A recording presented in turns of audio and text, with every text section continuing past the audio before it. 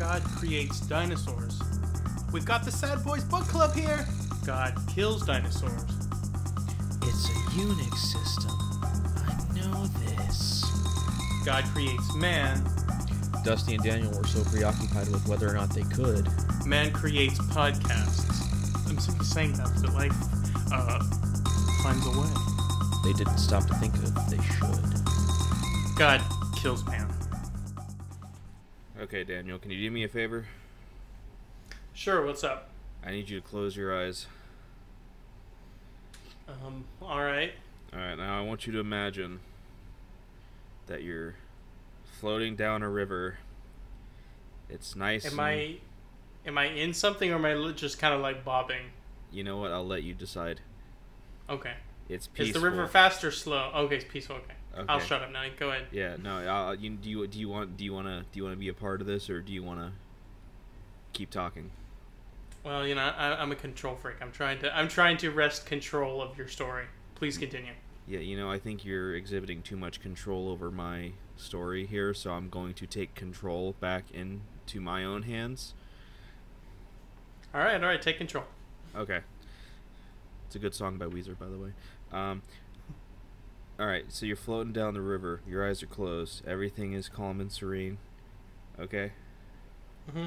You hear some hooting in the distance. You're not Okay. sure what it is, but you're not concerned. You hear the As leaves, I would not be. You hear the leaves rustle around you, but you're not concerned. Zero concerns. You feel a warm breeze on your face. Nice. Yes. And as you open your eyes, as you crest the hill around you, you're now on a hill. You don't know how Wait, you what? got onto this hill. It doesn't matter. It's not important. Suddenly, you just see in front of you a dinosaur. It's a big dinosaur. Oh. Okay. I'm less amused. Is it You're- like a carnivore? Oh, okay. It's just a dinosaur. I don't know, man. Wow, look at this dinosaur. I know, and Look it's just such a dinosaur, and look at it's these walking scales, to you. scales and not feathers.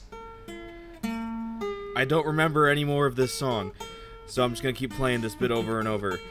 It's a dinosaur. Wow. Look at the dinosaur. Yeah, it eats your face. Oh. Okay, well I guess I'm dead. Or if I'm not dead, I will be dead shortly thereafter, if that's the case. Welcome to the Sad Boys Book Club. My name's Dusty. Daniel's face has been eaten. Welcome to the final episode of Jurassic Park. Thank God he's finally gone. I can do what I've been wanting to do this whole time. Let's talk about books that are really cool that Daniel would never read. First off, oh man, you guys ever read that Twilight book? It's so good. I like the part where the girl is like talking to the guy, and he's like, I'm bad, and she's like, that's cool, and he's like, no, but I'm bad, and she's like, that's cool, and then he says, I don't make love, I fuck hard, and she's like, that's cool, wait, what? And then he eats her face. What? Jurassic Park, final episode. Yeah, but welcome to the final episode of Jurassic Park. I guess I'll just hop in here with a couple thoughts. One, what is that a thing? Is in Twilight? I thought it was. I thought it was like a teen romance thing. No, I mean, you know, I kind of generalized a lot of it, but then I also pulled a direct quote from 50 Shades of Grey, which was Twilight fan fiction. So. Oh, okay. I actually. Well, I'm not going to be ashamed to admit this because it doesn't matter. I've read all the Twilight books. I mean, I've also listened to them on audiobook format too within the last year and a half or so. They're not good, by the way. I'm not going to sit here and be like, oh, they're actually misunderstood. They're actually very good novels, very underrated. You should all... No, they're terrible novels. I've gone through all of them at least twice. I think I've gone through the first one at least 3 times. They're not good. They're really not. All right, well, let's just unpack this a little bit. If you don't like them, why do you continue to read them? I mean, I read Lightlark a couple months ago with the full expectation of not liking it because it seemed like a really cheesy fantasy romance, erotic fetish sex book. It ended up being some of those things, not some of the others. Which, I mean, it wasn't a great book. I mean, you can go to our YouTube channel, Sad Boys Network, and watch the Sad Boys book review of Lightlark by me if you want to hear my full thoughts on it. But you know, you and I have a history of watching shitty movies. We both have watched The Room a bunch. We watched I think you and I have watched Double Down by Neil Breen. Yes, I've seen Double Down. Yeah. There's a couple Neil Breen movies you've seen without me, but just Fateful Findings. I have all of his not all of his films. I have all of his films as of like 6 years ago. I think he's released 2 or 3 since then. But I've only watched Double Down and Fateful Findings. I also have, I think it's I Am Here Now, and I forgot what the other one was. I think I have 4, maybe 5 of his films. It doesn't matter. It's not important. Point being is, just because something is bad does not necessarily mean I'm not going to interact with it. Hell, I was playing Metal Gear Survive a couple weeks ago. Really? Yeah. Huh.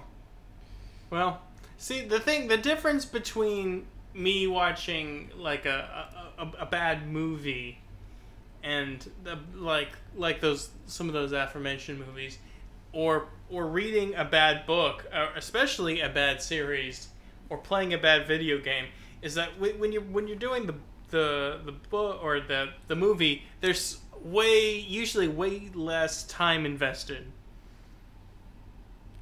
Although I guess I could imagine potentially there being some sort of like similarly like perverse enjoyment of a book, but it's just like, do I want to sit there and spend a couple days worth of my leisure time to extract this? I don't know. I mean, to be fair, the first time I read through the Twilight books, it was like 2008, 2009. So. Well, you were young enough that you didn't know any better. Oh no, I was fully aware. All 4 of them have been out, and it was my brother read them because his girlfriend was like a super fan, and you know, if she was into it, he was willing to give it a try because it made getting dirty a little easier. If you'll allow me the euphemism. So you know, he taught. I think he was like, oh, they're not that bad. And I was like, you know what? You know, Harry Potter's over. I don't really have a lot going on right now. Sure, I'll read them. And I read Twilight. And this is all about Jurassic Park, by the way. Don't worry, I'll tie it back in. I'll find a way. Just like life. And I remember reading through Twilight, and I'm like, I finished the first one, and I'm like, this isn't amazing. It's honestly not that great, but there's like some potential here. I could see how this could actually become a really good series if you use this as a jumping off point and you improve your craft as an author. Similar things I said about Lightlark, by the way. We'll see what happens when Nightbane comes out in November. You know, it had potential. And then I read New Moon, and within like the first like 30 pages, she just like took a shit all over everything she possibly built in Twilight. And I'm like, oh, this book's terrible. And you know, sunk cost fallacy. We had all 4 copies of the books, and I was like, all right, I'll just see this through to the end. And yeah, I listened to the audiobook of Eclipse sometime within the last, I'm gonna say 2 years. I don't know exactly. I think it was in 2021. I don't remember. Mm-hmm. I still cannot remember Eclipse very well. It's so forgettable. I know that they have to fight freshly turned vampires, that the chick from the first book, who was the girlfriend of the bad guy of the first book, who was only in it for all of about 3 pages, It's his girlfriend. She wants to get revenge because of the first book, and she makes like a bunch of young vampires, and they have to team up with the wolves to defeat them. Like, I remember that much about the climax, but anything surrounding it, I think that's the one. I don't remember if it's New Moon or Eclipse that ends with her being like, cool, we're engaged, let's go get married. I think it's Eclipse. I don't know. They get married in Breaking Dawn. I'm kind of going on a weird tangent here. Believe me, I'm not actually going on a Twilight tangent. Believe you me. If I was going on one, you'd know, because I'd be getting really angry and I'd be shouting and I'd be talking about how Stephanie Meyer is a fraud and how terrible these books are and explaining exactly why they are. There's 5 books, by the way. I just now remember that the whole reason I went through the audiobooks again a couple years ago was because my wife got the audiobook for Midnight Sun, which is a retelling, let me try that word again, a retelling of Twilight through Edward's perspective. And somehow, despite Twilight being the shortest book in the series, Midnight Sun is the longest book in the series, and it covers less time in terms of like start to finish. Like, it starts on this day, it ends on this day. It covers less time on the timeline than Twilight did. Well, boy. You know, I'm not necessarily surprised by that, because a lot of authors, as they go along, especially if they've experienced a lot of commercial success, they like some of their later works, and not that she's necessarily starting from a particularly good place, but there's a lot less editing that is imposed on them, and so I could see how something like that, it could easily balloon out of control. Yeah, and you know, maybe one day we could do an actual full episode talking about bad books and going into things like that. But I feel like I've taken up too much time as it is talking about bad books.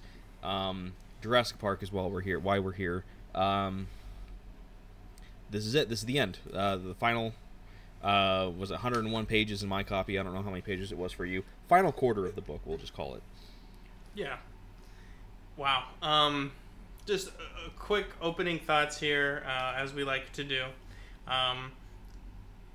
Really, really enjoyed this one. Obviously, it has its downsides. Probably people that are more scientifically literate than I am probably could find more than I did, but to gripe about. And there's a couple things that I don't think were have aged super well, but as a whole,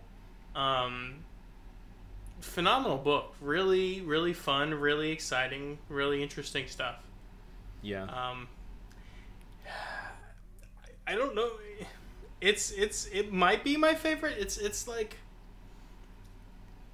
either this one or The Road for me of the books that we've covered. Yeah, it's got really good pacing. Yeah, it's Mikey Kreitz. You know, he is quite the he's spun quite the yarn here. It's really fun. Moves along at a good pace. You know, I think pacing is maybe his strongest suit as an author. You know, I think it's just at least as it refers to this book. To be fair, I've not read any of his other works, although I would like to check out The Lost World after this at some point. Maybe we do this on the show, maybe we don't. But I don't know. Just based on my impressions from this book, that seems to be maybe his greatest gift, and that's quite a good talent to have. Is just the ability to just tell a well-paced story. You know, everything kind of leading into anything else. Not a lot of fat on this one. Just overall, really good book. Yeah, really good character writing too. I feel. I wouldn't say it's perfect. Well, I will say there are times when he leans into the stereotypes, and that can be not good. Remember the wife at the beginning of the story? Yeah. For example. Yeah, but I'm more so referring to the principal characters. That's fair. He does a really good job with Grant and with Sattler and Malcolm. Yeah, I'll go more into this when we get to it, but he does a great job of establishing characters one way, and like by the end you may you'll either get a reinforcement of that initial reaction to the character, or you'll get a complete and total flip on them. A good example for me is Gennaro. At the beginning of the book, he just seems like that sleazy lawyer guy who only cares about the money, and he probably still kind of is by the end of the book. But by the end of the book, he's one of the few characters that I'm like, this motherfucker better survive by the end. Like, if he dies, I'm gonna riot. Yeah, he had a really nice redemption arc, I would say. Yeah, and I'll go into more details about some things about Gennaro that I'd like to talk about when we get to it, because it wouldn't really be prudent to right now. But I want to talk about him more when the time comes. Sure. So picking up where we left off, Tim and Lex were behind the waterfall. The T-Rex had tried to eat Tim, and it finally got knocked out and slipped and fell and whatever. So how that little storyline wraps up is basically they go out and they look and they're like, wow, is it dead? And Tim's like, no, I think it's asleep. And they see like this giant canister sticking out from behind his little ear flap, ear hole, whatever. And what happens at the start here is back in Control. Funny enough, the chapter we started on this week was called Control. Crazy, I know.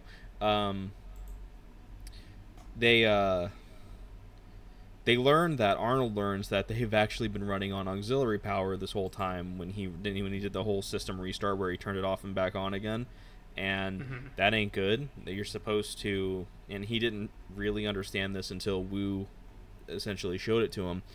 What happens is it starts up on auxiliary power, and you have to use that time to have the auxiliary power fire up the main power source. And he didn't know that because they never had to do this. So the auxiliary power was out of fuel, and the power goes out again. And that's when we go back to Tim and Lex and they see the dinosaur being downed, and the waterfall turns off because the power is shut down once again. Well, that and it just kind of reinforces this theme again of like this idea of man trying to control nature and, you know, force nature into ways that it would not be of its own volition, you know. Yeah. I think it just plays on that broader theme. And it's also a kind of a really interesting visual, this idea of like you're back there with the kids and you're seeing the Tyrannosaurus Rex pushing his head through and all that. And then just the idea of it, like after he collapses, just the water to just stop. I don't know. In my mind's eye, that was a very, very powerful image. Yeah. Imagine if the waterfall stopped while the T-Rex was still conscious. Oh yeah, that would have been disastrous. Yeah, right. Bye, Tim.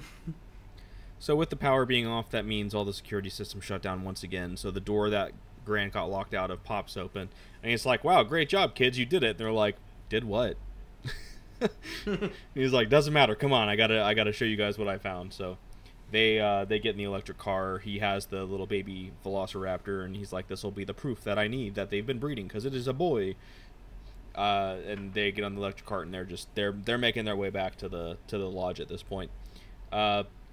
Muldoon has his "haha, I told you so" moment to Gennaro when they see on the cameras before the system shuts down completely that the T-Rex actually did get hit.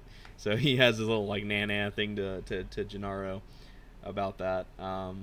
That's fun. But now they have a bigger problem on their hands because the power is down once again.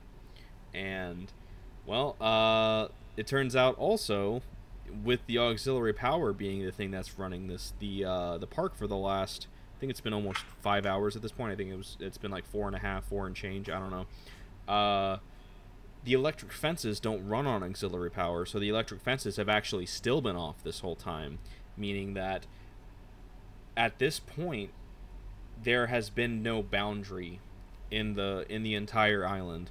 All the animals have now been mingling with each other, like they've gotten out of their paddocks, and worst of all, as Muldoon is afraid of, the raptors are out. And as if they were waiting for their cue, as soon as Muldoon is like, Uh-oh, that means the raptors have had all these hours to get out of their pens. Somebody screams as they're being killed by a raptor, and it's like, yep. All right. Yeah, that was kind of convenient timing there. I mean, if there's anything we learn about the raptors in this final act of the novel, is they're smart enough to have their plans and their own sort of like cruel machinations. So it honestly wouldn't surprise me if there was a raptor that was just chilling just within earshot of that with his little ear hole to the wall, just waiting for them. And Muldoon's like, oh, that means the raptors have gotten out. And the raptor's listening, looks over and goes like, like whatever raptors sound like. And it's like a call like, oh, that's our cue, come on. And then that's when the raptors start their attack. We gotta wait until they realize. It's a dramatic irony. I gotta say, the raptors, surprisingly, even though they are very, brutal and deadly creatures, he has a way of writing them that gives me like a weird sympathetic feeling for them, I don't agree in terms of the main 8. Is it 8 raptors? Yeah, well, I'm not really talking about them. It's usually tends, although to a certain extent, yes. It's kind of like the same thing that Tim said when he was talking about the T-Rex. It's like, it's not really their fault. It was not necessarily their fault that they wanted to, or that they were brought into this world. But especially like the baby ones. So there's the way that they're so friendly and intelligent. It just seems, I don't know. It gives me a strange. It's not like I'm rooting for the raptors to eat people by any means. It's just like it gives me, I don't know. There's something very likable about that, about the way they're portrayed, I guess. I agree, but I don't agree in terms of the main 8 that we are aware of. That Jurassic Park, the scientists of Jurassic Park, the ones that they think are the only ones. They are our antagonist 8, if you want, our hateful 8, if you will. I don't agree in terms of those, but for I won't go into why or who, but I do agree with you as a whole. I'll leave you in some suspense for that. But yeah, the raptors are out and they're wreaking havoc, and that ain't good, to say the least. But they have to get the main power back on. And the only way to do that is to go to this maintenance shed. And so Muldoon hatches his own plan. Basically, let's split up, gang. Arnold has to go to the maintenance room and reset the power. I think him and Gennaro are going to deal with the raptors, like full on, do a full frontal assault on the raptors, which Gennaro is initially hesitant towards. He actually declines, but then decides, no, I guess I have no choice but to live life dangerously. And everyone else, no, Wu has to stay in the control room because he's the only other person that understands the computer system, which is strange, but whatever. And everyone else needs to go to the lodge where it's safer. So they split up to do their thing. But as Muldoon and Gennaro get outside, they see that Arnold is at the maintenance shed, but he's being cornered by 3 raptors. And I don't know where they had these all of a sudden, but Muldoon has this rocket launcher. Maybe it's the same rocket launcher. No, I don't think it is the same one, is it? That he used for the tranq darts on the T-Rex? That was a different one, but remember there was like a rocket. Didn't he say that there was a rocket launcher in the Jeep that Nedry took? I feel like, because he was looking for it earlier in the book, but he was like, "Where is the rocket launcher? It was in the Jeep. Where did the Jeep go?" And then when they found Nedry's corpse, I think they recovered it at that point. Yeah, I just understood that as being the thing that he used for the giant tranks on the T-Rex, but maybe that's just me misunderstanding. But no, it's you got Metal Gear on the brain. It was a non-lethal missile launcher. Well, I mean, I will say I don't necessarily say this as a critique or a bad thing, but Crichton does have a habit of being like, and this thing that you didn't realize the characters still have, they still have and are using now. And it's like, I mean, you didn't have to say that they still had it for them to still have it. I didn't need the constant reminder that they still had it, but I totally forgot they had it. So you just suddenly being like, they used this thing that they still had. I'm like, oh, yeah, that's right. It smacks a little bit of defensiveness, too. You know? Sorry, how do you mean? Just like a little bit like he's like preempting somebody being like, wait, what is that? I don't remember that. It's like, they've always had it. Don't stop asking. Don't bother me. Yeah, just because I didn't say every single chapter that had that character, though, they had this thing on them, doesn't mean they've had it on them. And it's like, fair enough. Fair enough. So he has this rocket launcher, and Gennaro has the missiles for it. And he's just like, all right, load it up. And he loads it up. It's backwards first, so he has to take it out and reload it. And then the raptor to the left just explodes. And it's like... Man, the detail describing is fun. Like the wall gets plastered like it got hit with a giant tomato or whatever. The body falls over, the tail's twitching. It's vivid imagery. Yeah. And so that causes the other two raptors to look at them and give Arnold a chance to make his getaway to the shed. But that little offensive of theirs doesn't really last long, because soon they are scattered and running from the raptors on their own. And then Arnold, who's now made it to the shed, I gotta think that this dude isn't as smart as he thinks he is, because the shed's pitch black when he goes in there. And he's like, I gotta find the catwalk. Oh god, it's so dark. And he opens the door back up so the light can shine in a little bit. And his thought process is, I'm gonna crack the door open and use my shoe to hold the door open. Surely nothing bad can happen with this, right? It's not like it's already been established that the raptors are smart, and Muldoon already knew that they were like trying to open doors and whatnot. No, this is totally fine. And so he just uses that small amount of light to be able to see where he's going, instead of what I feel like would have been the smarter thing was crack the door open so that you can see what direction you need to head in, shut the door behind you and start heading in that direction, feeling for things. Since you now know what direction you need to go, you don't necessarily need your eyes or the light as much. You're just pointed in the right direction, you use your hands to feel the rest. By the time it really matters, your eyes will adjust enough to the dark to where not necessarily you'll be able to see, but you'll have an easier time than you were before. That would have been, in my opinion, the smart idea. But, yeah. Arnold really has not acquitted himself as being particularly smart in this book. I mean, he's kind of like, they kind of give his CV at the top, and they make it seem like he's this very accomplished guy.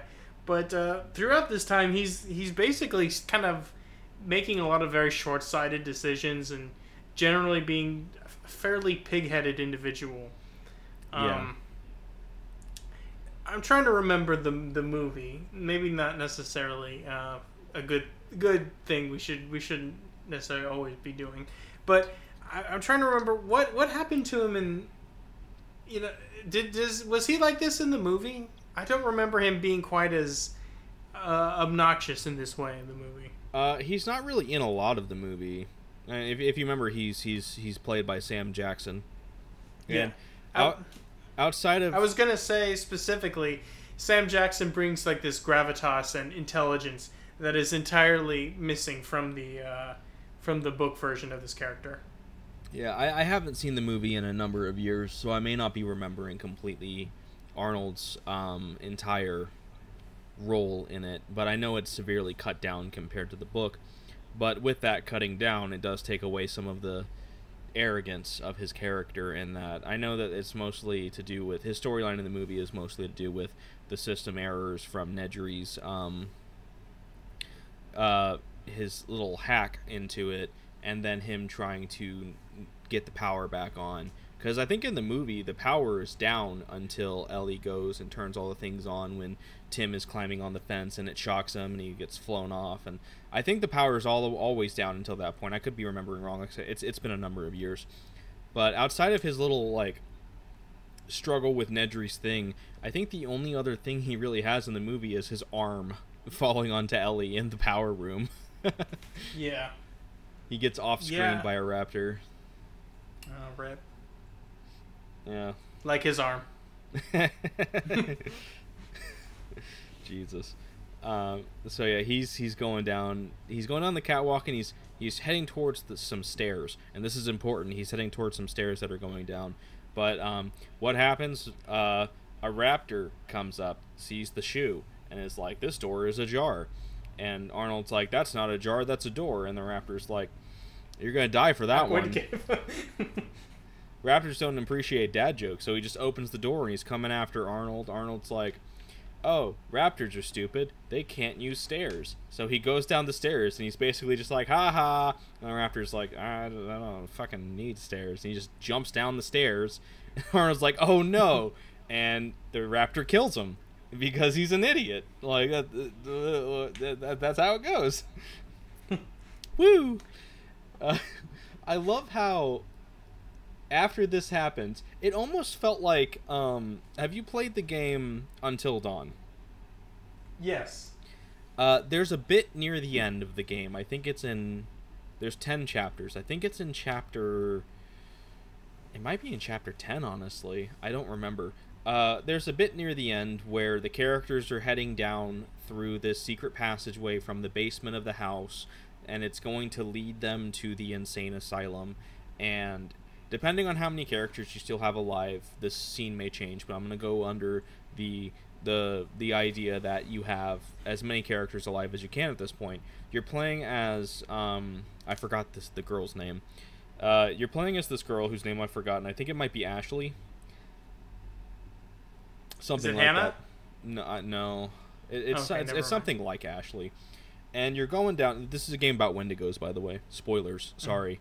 You're going down, and you hear the noise, an echo coming through one of the side passages of what sounds like one of the other girls, Jessica, screaming for help. And at this point, you know that if you know that she's still alive, if she is still alive, you could easily be fooled in thinking that it's her, because you haven't seen her in quite a while. And you can go down and investigate a trapdoor.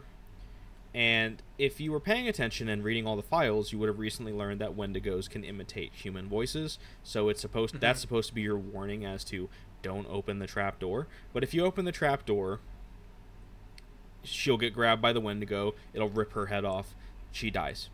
And then you'll take control of Chris, who has been lagging behind the group because he twisted his ankle earlier in the story, and he'll be walking down the path, and then he will hear her voice, and then you can go and investigate as him, and you can once again open the trap door, and a Wendigo will come up and kill him. And if you do that, unironically as the player, you're an idiot, and you deserve both those characters dying because you just killed two characters in the exact same way. Why am I talking about this? Because I feel like this is almost exactly what happened in this book.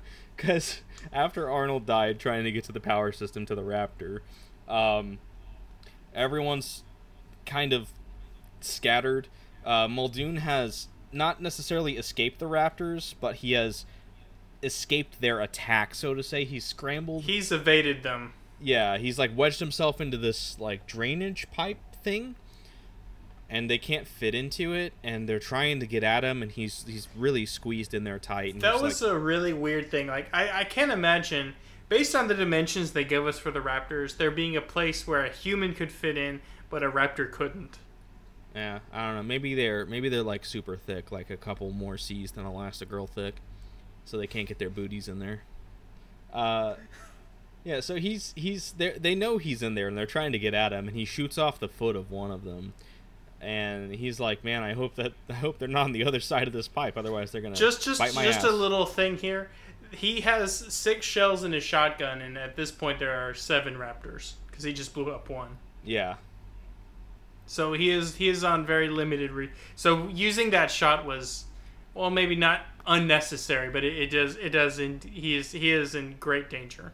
It helped, kind of. We'll see in a little bit.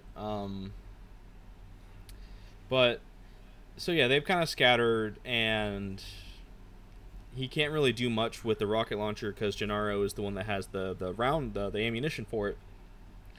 And they're like, Muldoon's like, Woo, is everything working yet? And he's like, nah, I haven't. The power's not back on. I'm like, oh god, we gotta figure that out. And Gennaro's like, I'll go. I'm close to the shed. I'll go. I'll go and investigate that. So he goes into the shed, and he walks across the catwalk, and he goes down the stairs, and he's walking, and he notices okay, here, this is even more stupid, actually. I need to back up a smidge. He sees the door being propped open by a shoe. He opens the door. He's like, man, it's dark in here. So what does he do? He opens the door all the way and props it open with the shoe. Just... what? What are you thinking? This man is losing 2 characters easy in Until Dawn. Yeah. For reference, I lost 0. I think in my first playthrough I lost 3. Yeah, I lost 3. Because I tried to be the good boyfriend and save What's-Her-Face, the really snotty bitch. I tried to save her, and because I tried to save her, I ate a meat hook. And that meant Jessica died. Anyways, so, yeah, he just props the door wide open. I need to see. There's 7 raptors about, but it doesn't matter. What are they going to do? Follow me in here? So he goes down the stairs the same way that Arnold went, and he's like, oh, there's something dripping on me. Oh, it's warm. Oh, it's sticky. Oh, my God, it's blood.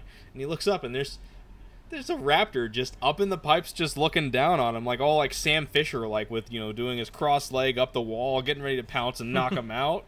Like, what's this raptor doing? Why is it up there? What's going on? What? He's having a snack is what he's doing. Yeah. So it attacks Gennaro. And it's like, well, alright. There goes Gennaro, I guess. Just the Until Dawn way. Went and opened the trap door with 2 characters in a row. So, bye-bye Gennaro, I guess. So then now we've got Grant and the kids. They got in their electric car. They're going through the tunnel. They burst out of the tunnel, and they're in front of the lodge. They finally made it. Woo! It took them all night and most of the morning. They've only got like 45 minutes before the boat makes it to the mainland with the little raptor babies on it, and they finally got there. So everything's a mess. They walk in. They see that the glass is broken. There's a dead guard, and Grant takes the radio and he's trying to hail anybody. He gets through. Everyone's like, oh my god, Grant, it's you. Holy shit, you're alive. You got the kids with you. And he's like, I got them both with me. And they're like, oh wow, great. We got some problems here. Tell them about like what's going on with the raptors. So Grant's like, all right, kids, I'm gonna put you in the cafeteria. You're gonna be safe there. I gotta go to the maintenance thing, and I gotta go turn the power back on. And Woo's like, let me know when you're in there, and I'll walk you through how to do it. However, the raptors are out there still, and in the meantime, 2 of them have made it onto the roof of the lodge. They're above where Malcolm, Hammond, and Ellie and Harding are. And if you remember back to the beginning when they make it to the island and Grant's like, oh, they got metal bars on the ceiling, the raptors are now chewing through the metal bars. And normally they're electrified, but since the power's out, they're just metal bars. And the raptors have enough force in their bite that they can eat through the metal bars. So they're having to watch as these raptors above them are chewing through the metal bars trying to get to them, and it's only going to be a matter of time before they chew through both bars and get down and are able to just fall down through the glass and eat them all. So they need a distraction because they have those 2 raptors accounted for. There's at least 5 others unaccounted for, and Grant needs the opening to get to the maintenance building. So Ellie decides that she's going to go out there and she's going to distract the raptors.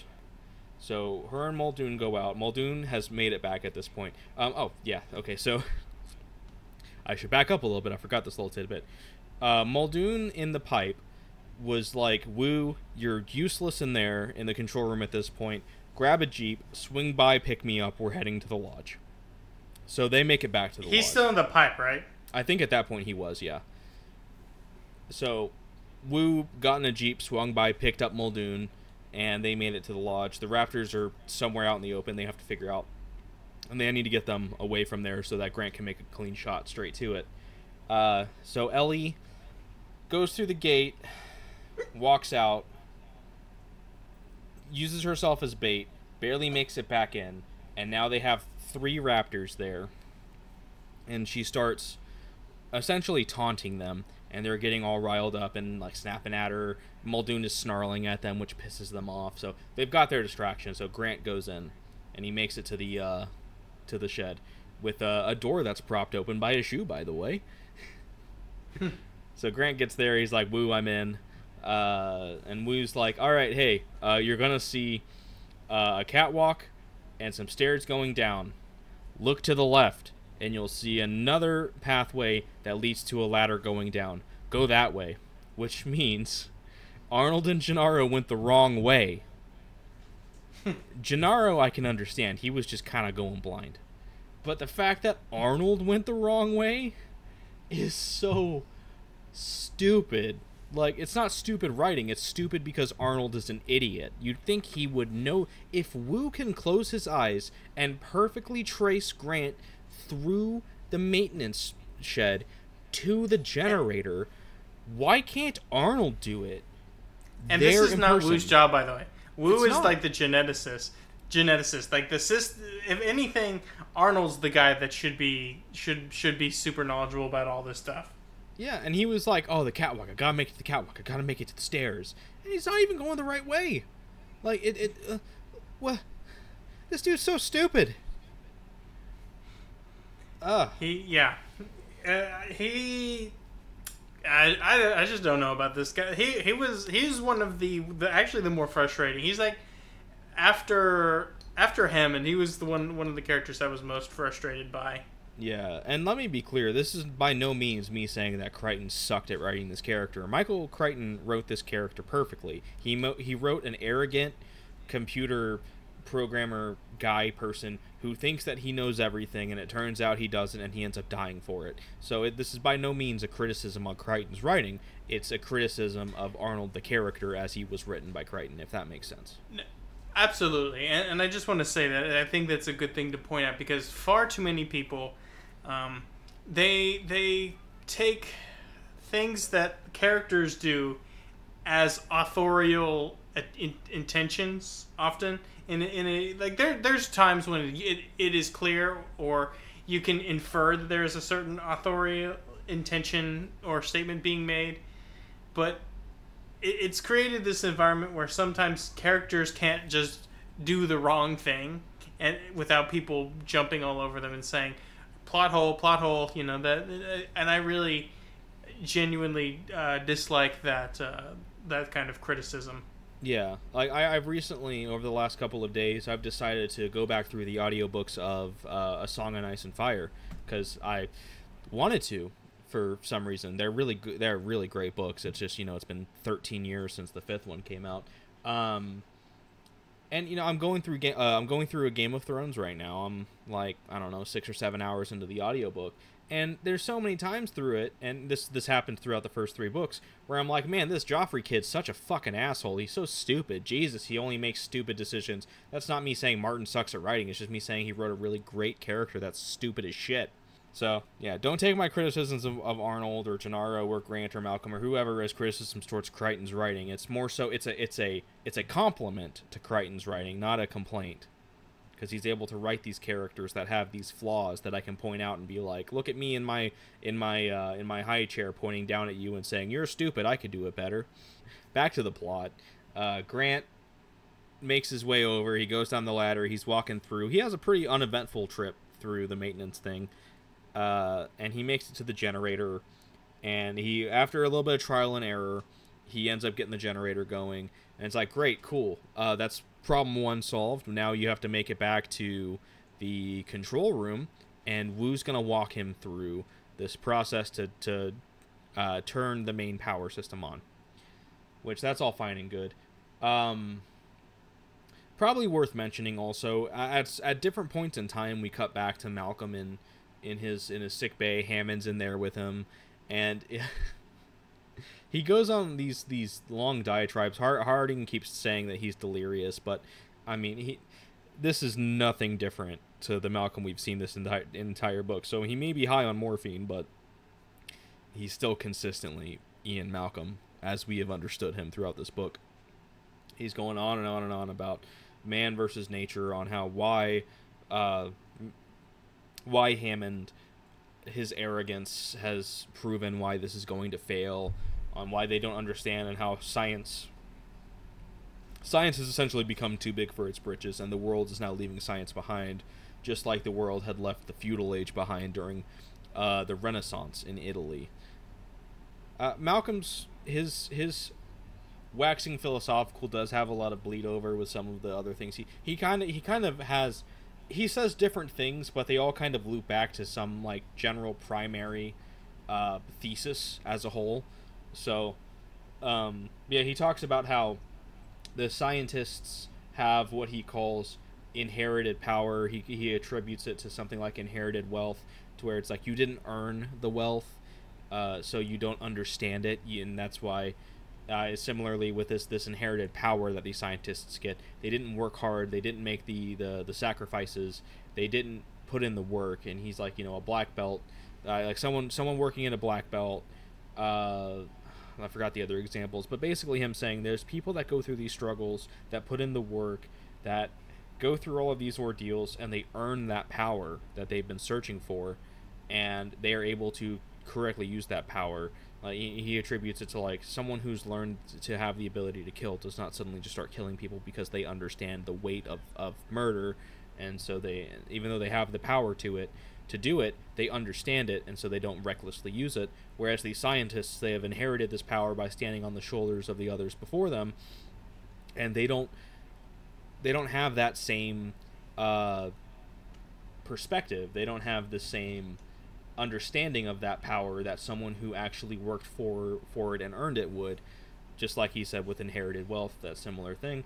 And that's what Hammond has done with this. That's why this has failed, because basically he doesn't have the right context of the power that he wields, so he doesn't truly understand it, so he's always been doomed to fail for it. A lot of it, I feel, kind of goes a little into the not nihilistic, because he does go, I don't remember if it's this one or if it's the next, I think it's the next one, because it cuts back. He has like two major kind of spiels that he gives out to Hammond, and I think it's the second one where he's talking about how, as old as the Earth is, our lifespan on it has basically been a blink in its eye. The Earth's billions and billions of years old, and we've only been here for thousands, so we're only just a speck. He doesn't say this, but I'm reminded of the, I'm going to butcher this isn't exactly right, but it's something along the lines of, if the history of the Earth, from its creation to now, was a 12-hour clock, I think it's something like you wouldn't even be 30 seconds on it, or something like that. I don't know. I feel like I've heard some sort of, yeah. The point being is we are a microscopic piece of the history of the planet Earth, and this is something that I'm sure a lot of people have heard before in some facet or another. It doesn't matter what happens, what we do to the planet. At the end of the day, the planet will outlive us. And he says something that I disagree with, and it's Hammond's like, oh, what? So we shouldn't care about the environment? And Malcolm's like, no, it doesn't matter. Can I say something that's going to be maybe a little upsetting? Huh? Crichton in his later years became a climate change denialist, and that when I read that part, I was like, oh. It makes sense.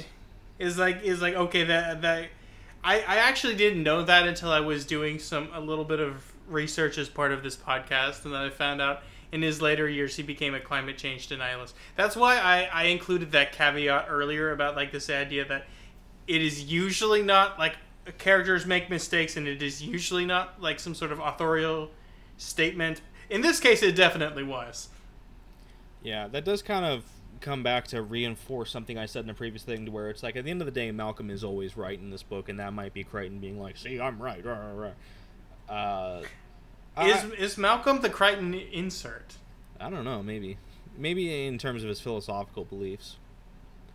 And I don't disagree with a lot of what Malcolm said, but when it comes down to when he was just like, essentially, fuck the environment, the Earth will be fine with or without us. It's like you're right in that it doesn't matter how humanity goes extinct or when it goes extinct, unless we do something that blows up the planet completely and it becomes specks of dust in the universe. The planet Earth will survive us. If we launch nukes at every country in the world and completely irradiate the entire planet and decimate the entire human population, the Earth will recover. That is just a fact. The Earth will survive us. We are a virus on the Earth that it will eventually be purged. It could be tomorrow. I wouldn't say virus, but we kind of are in terms of like what we are doing to the Earth's ecosystem. Oh. But it's he does make a point, like it's not so too dissimilar from when there were plants that were creating oxygen, and oxygen was a toxin.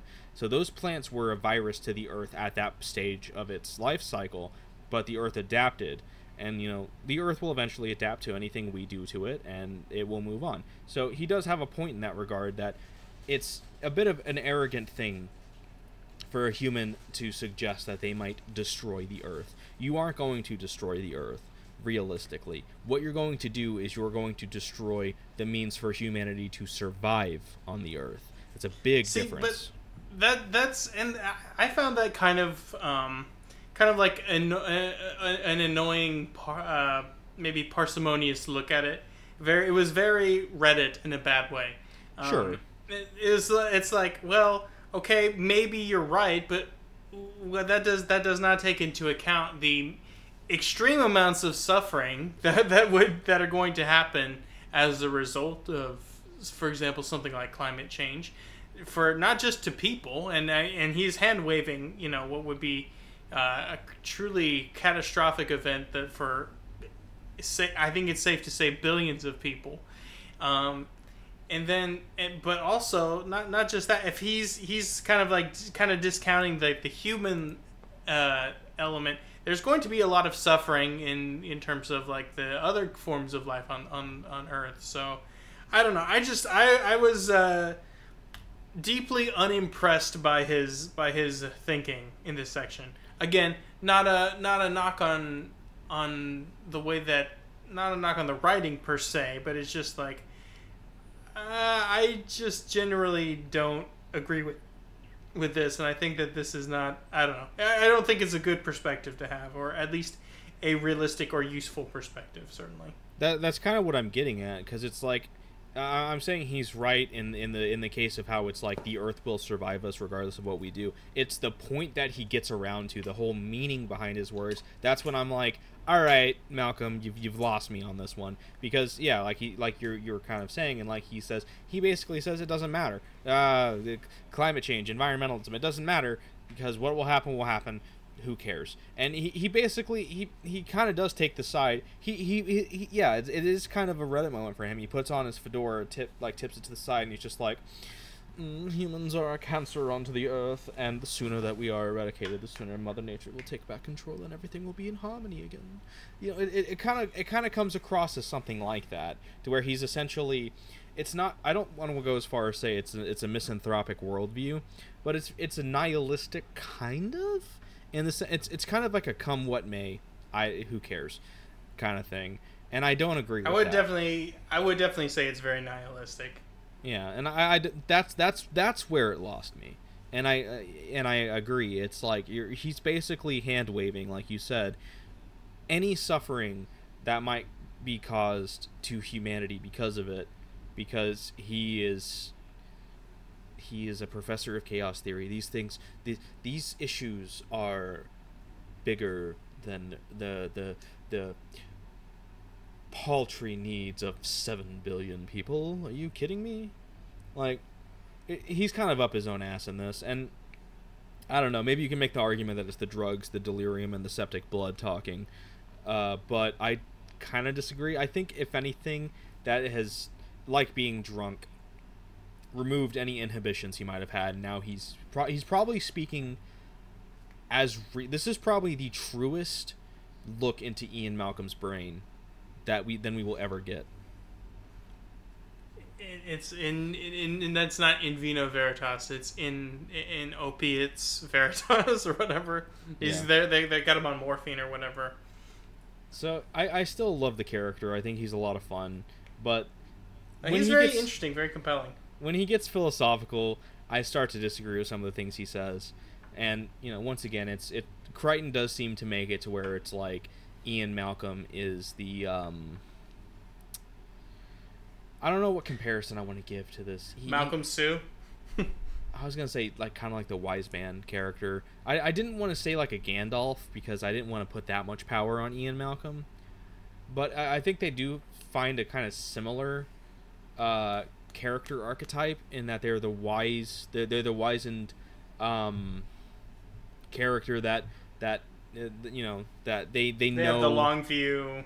Yeah. They're the person that has the most wisdom and is able to like see things for what they really are, something like that. And I don't know. I think he's better as this just kind of crazy nutter guy who is right about a lot of things, but it's more of like an incidentally right than a like absolute right, you know? Yeah. Like, it's funny that he was like, oh, yes, absolutely, the dinosaurs have escaped the island. Oh, why have they escaped? Oh, because they exist. So obviously they've escaped. Oh, have any dinosaurs been causing these children's deaths? No, not at all. And it's like, you know, it's something like that, where we get that, like, he just says shit because his reasoning is, trust me, bro, it has to be. And he's right, but then he's also wrong at the same time. Like, that's fun. But then it's, you know, he starts getting weird. He just gets really weird, and it's really fun to read. It's so much fun to read as he just basically gives Hammond a philosophical smackdown, and Hammond's just sitting there just being like, I don't know what you're talking about. I don't know what you're saying. Does anyone understand what he's saying? This guy's crazy. And it's you know, he's getting under Hammond's skin, and it's fun, but he also is saying some pretty dumb shit, I think, at the same time. Yeah, definitely agree. Yeah. Do you think we've hit our Ian Malcolm quota for this episode? Almost. Almost. Yeah, we have a contractual obligation. I'm legally required to inform all of you that we have a contractual form that says that we have to spend a certain amount of time talking about Ian Malcolm every episode. Otherwise, we will be eaten by dinosaurs. Well, here's the thing. We heard from Jeff Goldblum's lawyers after he heard our terrible impressions, and to make a long story short, they're keeping a tight leash on the rest of the production, and so. Yep. You got to make sure we do it right. By the way, this episode of the Sad Boys Book Club is sponsored by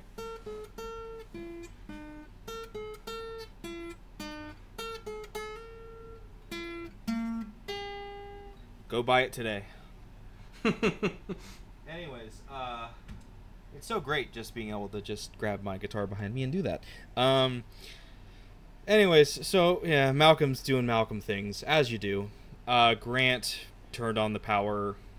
Ellie is playing peekaboo with the Raptors, and they're playing peekaboo back, and they're like, oh, it's weird, the Raptors are actually playing with Ellie. That's kind of strange.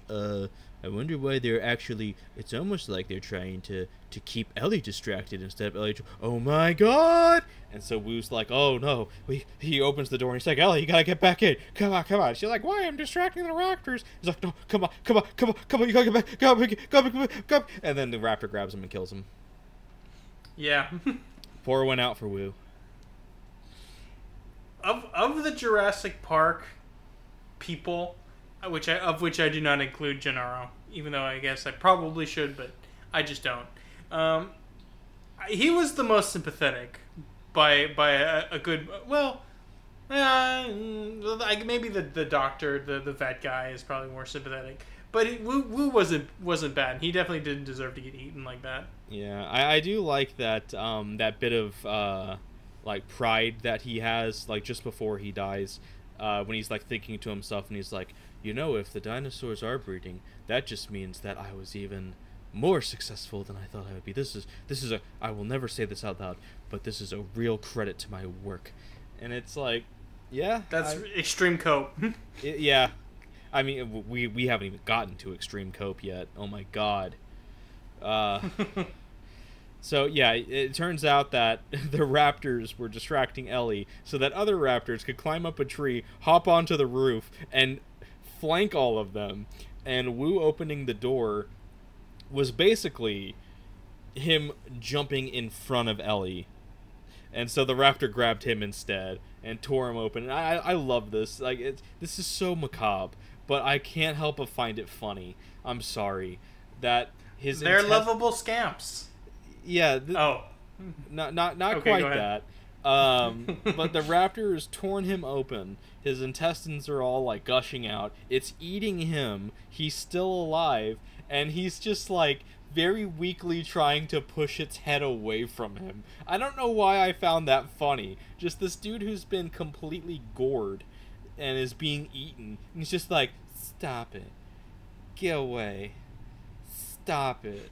I don't know. Maybe this is insensitive on my part, but it gave me a small chuckle. Just the visual of him just trying to push it. I don't know. Is that morbid? Maybe a little bit, I would say. I was. What I found more amusing is this idea of the raptors creating this little plan, and then they're distracting her, and then the others are climbing up a tree. It's all very. It's very Tom and Jerry kind of situation they got going. Wait, so you're saying that it's a little morbid that I feel that way, but then you compare it to a children's cartoon about slapstick animals hurting each other? I'm not thinking about the gore. I'm thinking about silly cartoon raptors running around, and then they're like, okay, you go over there, you go over there, and then silly cartoon raptors climbing up a tree, giggling to themselves. They'll never suspect this, haha. And then as you see them just like go up the tree in a straight line, and it makes the sound effect as they go up. Yes, that's what I was talking about with the scamps aspect. It's like, oh, those raptors, you know, that's what I was talking about. Not necessarily Wu getting sliced up there. Yeah, the raptor grabs Wu and is eating him, and Muldoon's like, oh, those raptors did it again. And the raptor looks up. Yeah, the raptor looks up. It's got pieces of Wu like just falling from its mouth, and it's just like, ain't I a stinker? And it shrugs its arms. Audience claps, freeze frame. Everywhere you look, just moments like that. Exactly. This needs to be a thing. Someone needs to make some like children cartoon animated, just ridiculous, the raptors of Jurassic Park in this climax, because it's, oh man, we've been building to the raptors for this entire book. They only had that initial scene with the cages when Grant and Tim and Malcolm went to go see them, and they were attacking them. Like, well, those raptors are kind of smart, aren't they? That's all we had of the raptors, the main raptors here, until this climax. And it does a great job of making you kind of forget about the raptors as a threat until they are the threat. And it's like, oh, all of that shit that's been happening, the aviary, the T-Rex, the stampede, all of these things that have been happening, all of this is nothing compared to the raptors. The raptors are the real threat. The raptors are the real danger. They are the ones that are actually killing people. Yes, Ed Regis was killed by the baby T-Rex. Yeah, there's been some casualties. But he kind of sucks. Yeah. He's not the kind of guy that's making it to the end of the story anyway. Yeah, the characters that have died prior to the raptor bit, they're just there to build the tension of the dinosaurs as a whole. It's all about the raptors. This book's all about the raptors. The raptors is the best part. I love this part. This is the best part of the book. I love it. It's great. We're doing a tier list. We're doing a tier list of the characters. Raptors are up in the S tier. Ed Regis is down somewhere in D. No, the raptors are in the V tier for Velociraptor. Special tier only for them. Yes. So Ellie just books it. She's out of there. Let's see. So yeah, Wu is dead. Muldoon's like, oh shit, that's bad. No, nobody knows how to do the computers. And Ellie is being chased by the raptors.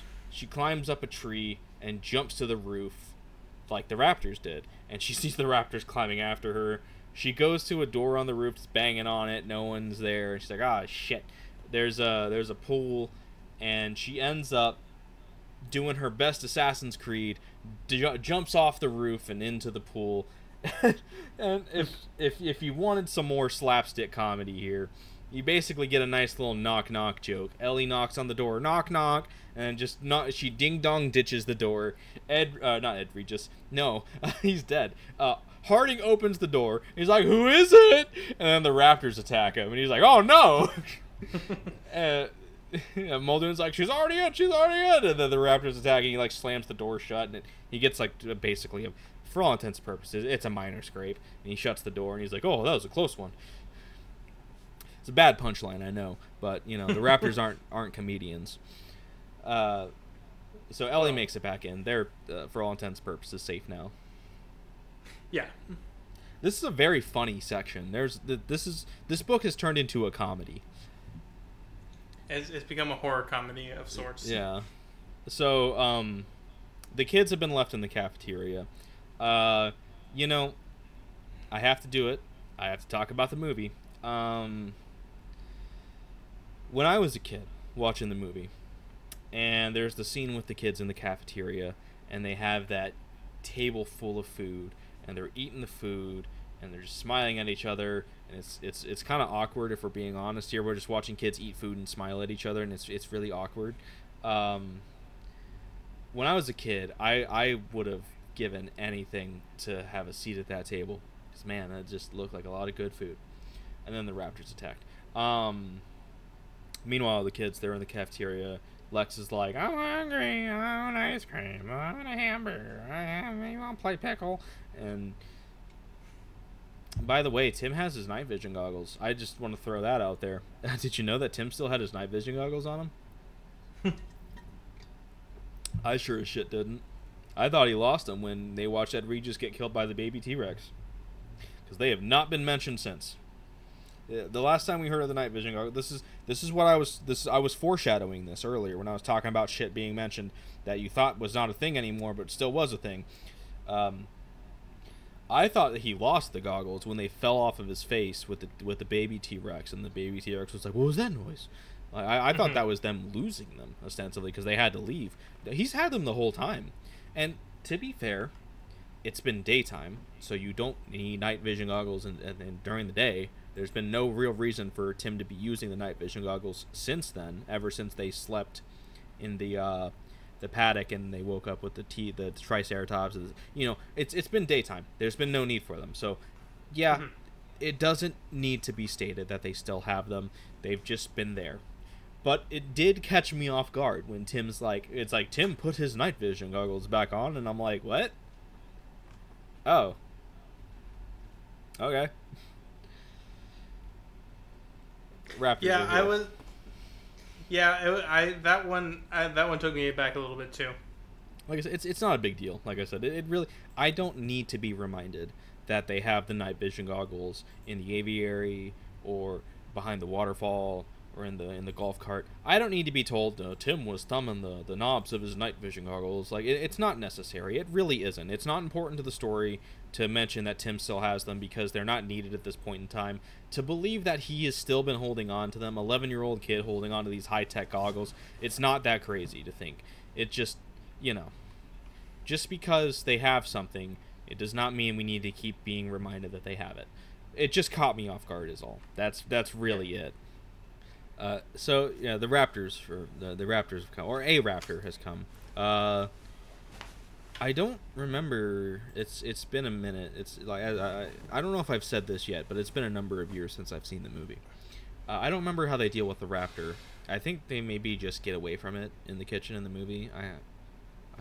I thought they closed him in the refrigerator too, but again, it's been. I thought he did, but then again, it's been many years since I've seen the movie, and I've listened to the audiobook more recently than I've seen the movie. Yeah, both times I have consumed this novel, the first time via the audiobook and the second time being reading the actual text this time through over this last month. both of those times I have been more recent than the last time I've seen the movie. So a lot of it's probably going to be mixed in my mind, some of the details. The only thing I can really remember vividly is Lex trying to pull the oven door closed as the raptor's charging her, and it turns out it's been charging her reflection instead, and it slams into the polished steel. That's like the only big moment of the raptor scene in the cafeteria in the kitchen that I can remember from the movie. I can't remember how they get out. I remember it like this is a great shot from the movie when it puts its face up to the window, the little like port window in the door, and you see the handle rattling. That's a great scene. That's a really good moment. As you see it, because like that's the movie showing us that they can open doors instead of telling us that they can open doors. It's great. Spielberg's pretty good sometimes. Dare I say most of the time. I don't know. Kingdom of the Crystal Skull kind of sucks. I'd say like 75 to 80% at least hit rate. Yeah. But anyways, there's a raptor that's coming after them in the cafeteria. Tim has Lex hide behind like a waste bin, and he starts grabbing some steaks from the fridge and is just trying to make you're kind of on point with the Tom and Jerry thing, honestly. He's laying a trail of steaks on the ground. He's like, oh, here we go, I'm gonna leave some breadcrumbs for it. And he's like, the raptor's gonna stop and he's gonna eat the steak. And he's gonna be like, yummy. And he's gonna be like, oh, look, another steak, and eat it. And he's gonna be like, yummy. Oh, look, another steak. And that's not how it goes. But man, you know, Tim's 11. What can you say? It eats the first one, but then it kind of wisens up. But it's also really dark in there, and I guess it can't see very well in the dark. Well, it can see okay in the dark. It doesn't have dark vision, so, you know, don't ever roll a Velociraptor if you're playing D&D, I guess. Eventually, it walks right by him, since it's so dark. He can see it because of the night vision goggles, but it can't really see him. It gets to the freezer, and it just walks into the freezer. And he's like, all right, cool. And there's a little bit of a struggle, but he ends up getting it shut in there, and he has Lex put the pin into the door, which locks it, which my thought process of this, I don't know how strong those pins are for those locks, but they put a lot of faith in that holding to a giant 6-foot-tall, who knows how much it weighs Velociraptor just slamming into that door over and over. I'm just gonna throw this out there. I've had to work in places with refrigerators. Those kind of things, they like walk-in freezers. I mean, though they're like not that strong. At least the one we had was not like super. I don't remember it being very difficult to open one way or the other. Yeah, I mean, how they describe the door itself, how it has the handle, the latch on the outside, and the inside is essentially it's like a button you push. It's not a button, but like. It's a knob that you push in, and that's what releases the hatch on the outside. That's every single I've worked in a lot of different pizza places throughout my 20s. Every single one I've worked at, that's how the walk-in freezer works at all the pizza places I worked at. So, like, you know, that's understandable. It's more so the pin that they put in to bolt it in. I'm just thinking it's, you know, just a small little steel rod that goes through a little slit, not too dissimilar to, like, an apartment door kind of thing. So I don't know. It doesn't really matter. This is just me overanalyzing it.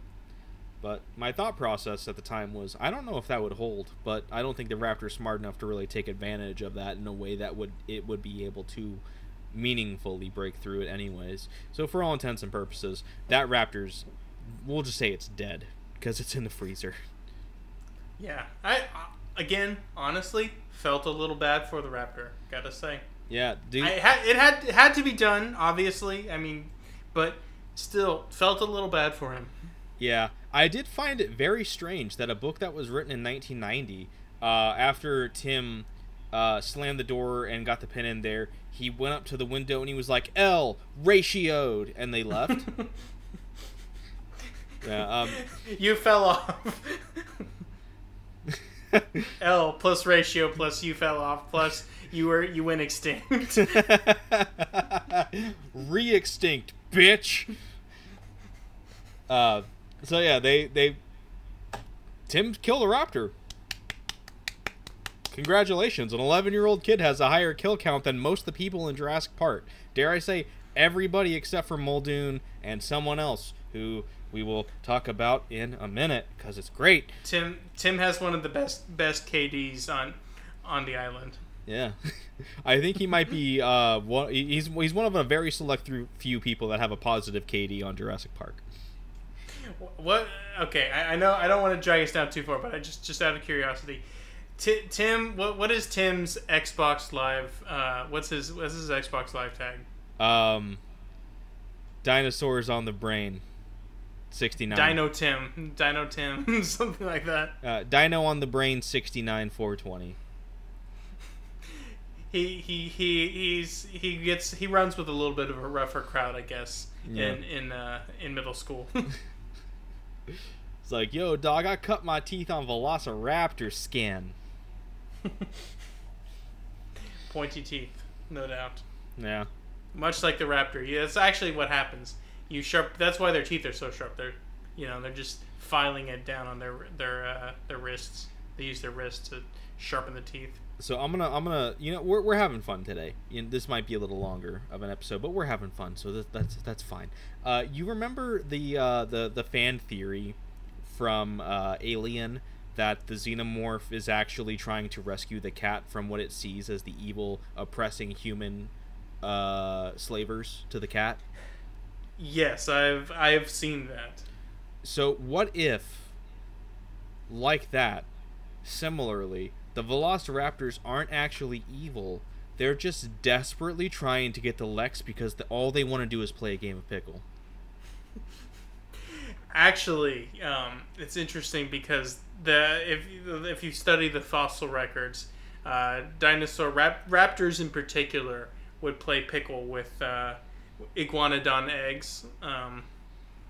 They would just like take them and they just throw them around. Yeah. They dinosaur. Basically, what I'm saying is, dinosaurs invented baseball. Yeah. Not Honus Wagner. Who? No, it was a raptor. I do believe that. I think it was Napoleon that wrote this letter. He said that the broken section of the Rosetta Stone actually had. They called it velociglyphics, and it was what they believed to be a Velociraptor language that was instructions on how to play pickle. That's right, folks. The Sad Boys Book Club is the number one raptor-pilled podcast on the internet. It might also be the dumbest. Can we get dumber today? There's much worse stuff out there. I gotta say, I've been on the internet for more than 20 years. It can always be worse. At this point, I'm just trying to see how dumb we can get. This is such a serious part of the book, man, and we're just taking the piss out of it. I love this book. This book's phenomenal, and this is my favorite section of the book. So excuse me for having some fun with it, but God, it's very, very fun to take the piss out of these raptors. So they escape the kitchen. The raptors in the freezer, probably dead, and they go upstairs. Tim pushes his way into the control room, and whoa, look at that! The power's back on, and there's a radio, and Lex is playing with the radio, and it's like, oh hey, it's Muldoon, and he's like, whoa, hey Tim, you wanna try and get the power back on? And Tim's like, sure. What do I do? And he's like, huh, that's the thing, isn't it? Nobody here knows how to use computers. Uh-oh. Have fun, kid. And so, in the movie, we have this big climactic. It's a Unix system. I know this. Blah, blah, blah, blah, blah. Book doesn't quite go that route. Lex doesn't really use the computer at all. It's mostly Tim just going in there, and he's just kind of... He just don't...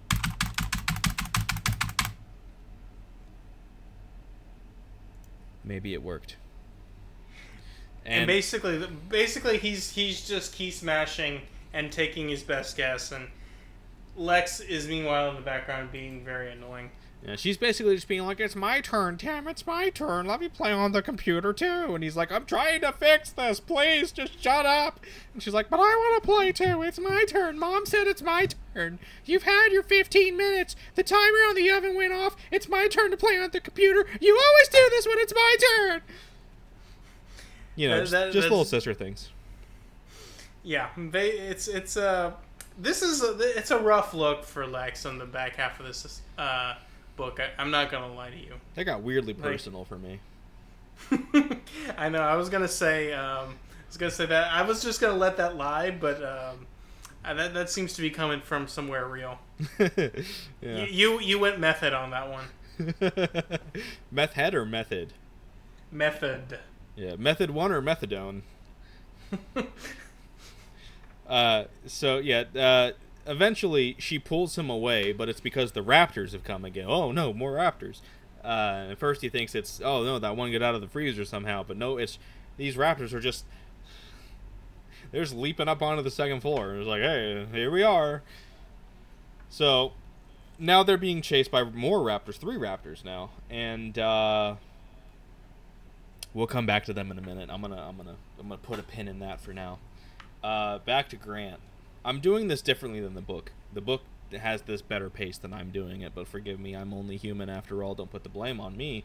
Grant has turned on the power and he's making his way back, and he hears someone shouting out. And he's like, hello, hello, hello.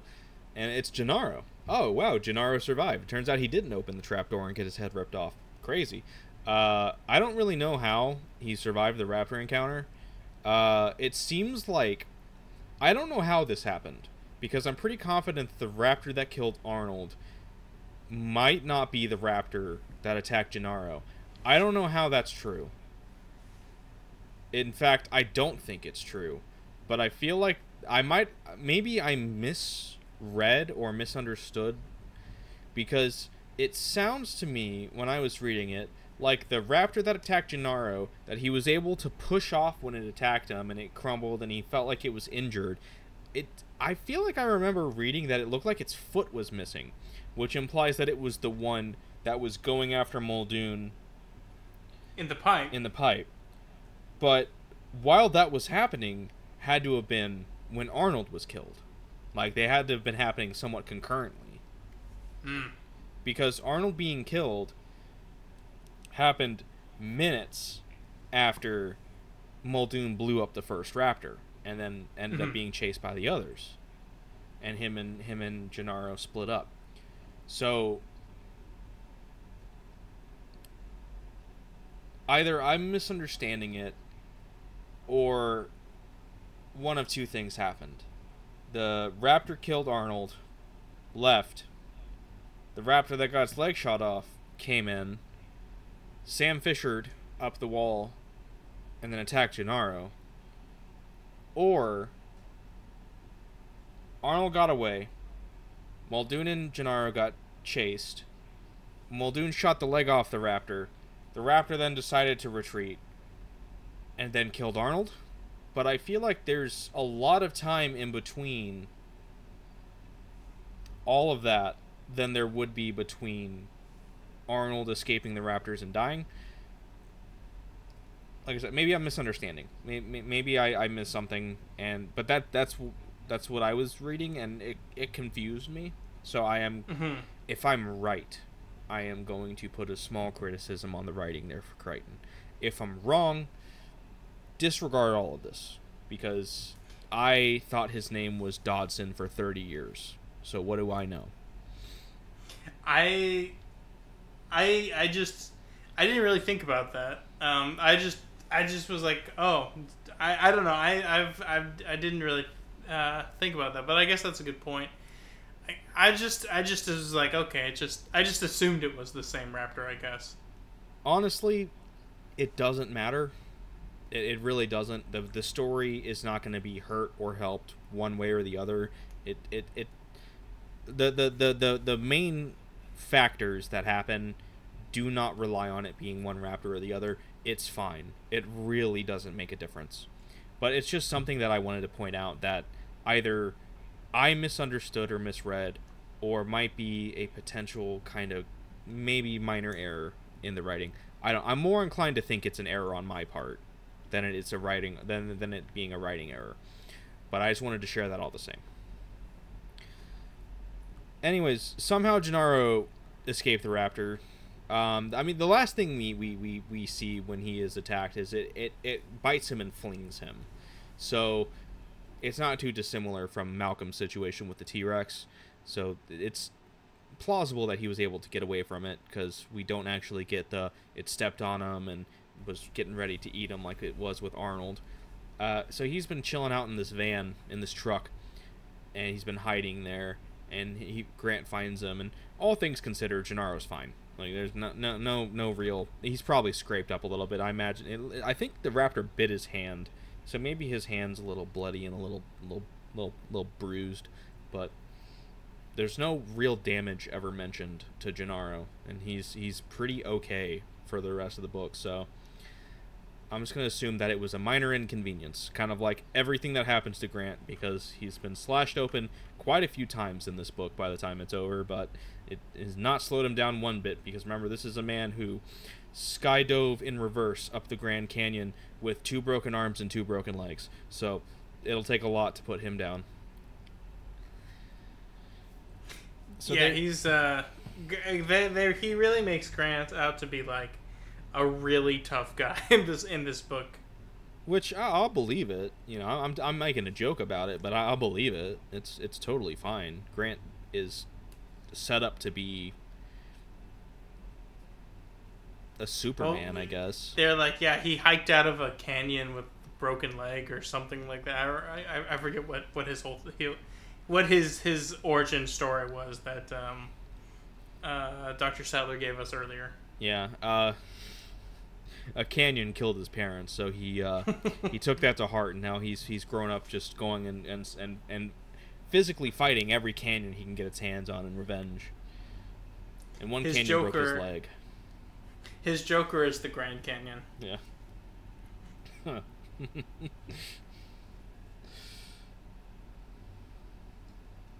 I'm trying to think of a fun little, like, rogues gallery thing for Grant. The Paladuro Canyon is Man-Bat to him. I can just imagine he's just like, ugh. One day I'll get you, my greatest nemesis, Mount Rushmore. I don't know. This really can't get any stupider, can it? Well, you know. I will keep trying. The Glacier National Park is Mr. Freeze. I'm gonna keep dragging us further and further down into the stupidity levels until we implode due to the pressure. So Grant and Gennaro make it out of the maintenance building, and they're heading back to the lodge. And the doors are locked. That means the power's back on. Grant's like, oh, damn. Someone must have turned the power back on. That sucks. Oh, who could have done that? But they make it way around to the broken glass. They get in there, and the doors are locked, but he has the wherewithal. I love how Crichton's like, it only took him 2 minutes to realize that this dead security guard he saw might have a key card. And it's like, yeah. Yeah. I would have also been like, the doors are locked, I need a key card. Wonder if that security guard's got one. Yep, alright, cool. Dr. Grant clearly has not played many video games. He doesn't know that the security key card always spawns on like the dead guy that you find early on. Yeah, well, you know, Grant hates computers. Fair enough.